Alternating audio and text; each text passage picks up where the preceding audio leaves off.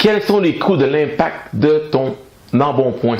Pourquoi, en fait, ça a de l'impact? C'est simple. Il y a différentes raisons. Premièrement, dans le système de santé, les gens en embonpoint sont une des majeures raisons pour laquelle notre système est engorgé comme celui-ci. Pas à cause que, OK, quelqu'un qui est en surpoids, automatiquement, est un problème, mais c'est des problèmes qui en découlent, les problèmes de santé.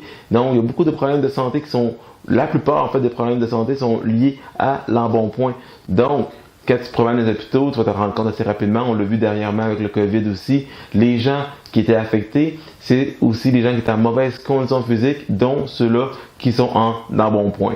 Maintenant, je veux que tu dresses la liste des choses qui vont avoir de l'impact sur ta santé. Donc, les coûts directement liés à ta santé. Exemple, t'es pas en shape, t'as pas ton poids idéal, tu dois aller acheter des vêtements dans une boutique spécialisée pour les gens qui ont des tailles fortes. Bon, déjà, ça coûte plus cher que les vêtements normaux. Peut-être des coûts de santé liés à cause que, je sais pas, tu fumes la cigarette. Un autre coût, encore de plus. Le physio parce que tu as toujours mal aux genoux, toujours mal aux chevilles. Tu prends des médicaments pour l'hypertension, à cause de ton cholestérol, à cause de ton embonpoint, donc tu as des pilules qui ont été prescrites, donc ça a un coût monétaire. Et je veux que tu dresses la liste de ça. Mais une fois que la liste est faite, je veux que tu écrives comment ça te coûte par année.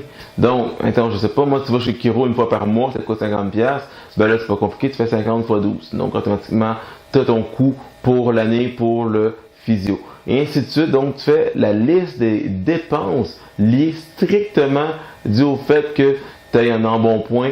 Donc, cette liste de dépenses-là, je veux vraiment que tu te concentres puis que tu l'écrives correctement. Une fois que ça s'est fait, présentement, je sais pas, moi, tu as peut-être 50 ans, ok? Je veux que tu estimes à quel âge tu vas mourir.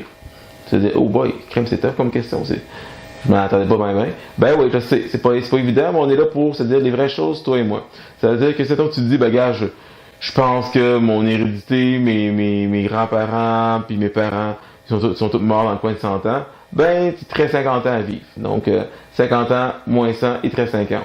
Donc je veux que tu fasses maintenant, je veux t'écrire dans ton tracker le calcul suivant.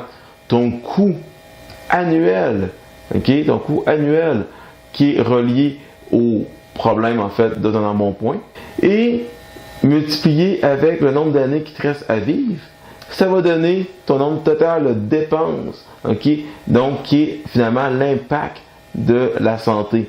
Le vrai impact du coût de santé, c'est quoi? Ben c'est ce calcul-là. Savoir combien de temps qui te reste et combien ça te coûte par année.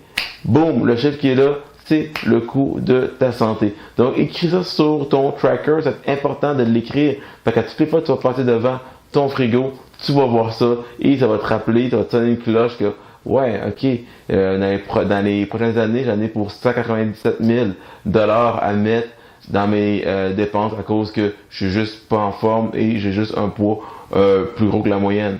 Donc, je vais rectifier ça. Ça va sonner des cloches et c'est comme ça, ça va te permettre de pouvoir être motivé à passer à l'action à tous les jours.